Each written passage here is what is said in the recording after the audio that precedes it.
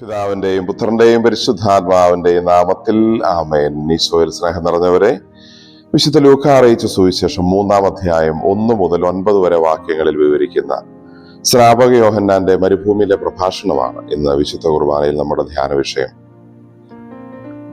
അവിടെ സ്നാപക യോഹന്നാൻ തന്നെ കേൾക്കാൻ വന്നവരോട് പറയുന്നു, ഞങ്ങൾക്ക് പിതാവായ അബ്രാഹം ഉണ്ട് എന്ന് പറഞ്ഞ് നിങ്ങൾ അനാവശ്യമായി അഭിമാനിക്കേണ്ട. പലപ്പോഴും ആളുകൾ പറയുന്നത് കേട്ടിട്ടുണ്ട്, ഞങ്ങളുടെ ഇടവകയിൽ പള്ളി പണിയാൻ സ്ഥലം കൊടുത്തത് ഞങ്ങളുടെ മുൻ തലമുറയാണ്, അല്ലെങ്കിൽ പള്ളി പണിത് കൊടുത്തത് ഞങ്ങളാണ്.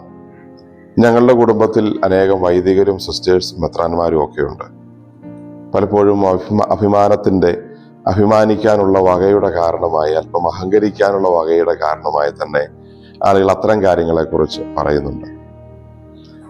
ഈശോ ഇന്നത്തെ സുവിശേഷത്തിൽ നമ്മളെ പ്രത്യേകമായി ഓർമ്മിപ്പിക്കുന്നു, നമ്മുടെ മഹിമ ദൈവം അളക്കാൻ പോകുന്നത്, നമ്മളെ വിധിക്കാൻ പോകുന്നത്, നമ്മുടെ ബന്ധുക്കളായി ആരൊക്കെ വലിയവരുണ്ട്, ആരൊക്കെ പ്രധാനപ്പെട്ടവരുണ്ട്, അല്ലെങ്കിൽ ദൈവത്തിന് വേണ്ടി എത്ര വലിയ കാര്യങ്ങളൊക്കെ നമ്മൾ ഭൗതികമായ രീതിയിൽ ചെയ്തു എന്നതിൻ്റെ പേരിലല്ല, മറിച്ച് നമ്മുടെ ആത്മീയ ജീവിതത്തിന്റെ വിശുദ്ധി എത്രമാത്രമുണ്ട് എന്ന് നോക്കിയിട്ടാണ്, അളന്നിട്ടാണ്.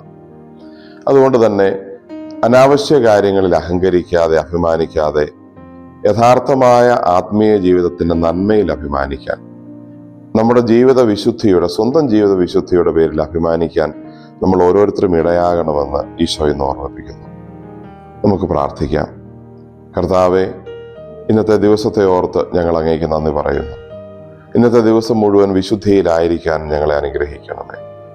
ഞങ്ങളുടെ ഇന്നത്തെ എല്ലാ പ്രവർത്തനങ്ങളും അങ്ങയുടെ മഹത്വത്തിനായി സമർപ്പിക്കുന്നു. കർത്താവെ, ഞങ്ങളുടെ വ്യക്തിപരമായ ജീവിതത്തിന്റെ വിശുദ്ധിയിൽ കൂടുതൽ ശ്രദ്ധിക്കുവാനും, അങ്ങ് ആഗ്രഹിക്കുന്ന രീതിയിൽ ഞങ്ങളുടെ ജീവിതം ക്രമപ്പെടുത്തി അങ്ങേക്കത് പ്രീതികരമായി മാറുവാനും ഞങ്ങളെ അനുഗ്രഹിക്കണമേ. ഭൗതികമായ കാര്യങ്ങളിൽ അഭിമാനം കൊള്ളുകയോ അഹങ്കരിക്കുകയോ ചെയ്യാതെ ആത്മീയ ജീവിതത്തിന്റെ വിശുദ്ധിയിൽ കൂടുതൽ അങ്ങയെ കണ്ടെത്തുവാനും അതിൽ അഭിമാനിക്കുവാനും ഞങ്ങൾക്കിടയാകട്ടെ.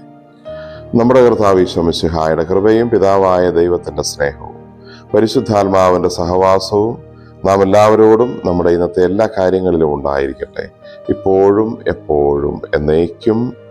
ആമേൻ. ഈശോ മിശിഹായ്ക്ക് സ്തുതിയായിരിക്കട്ടെ.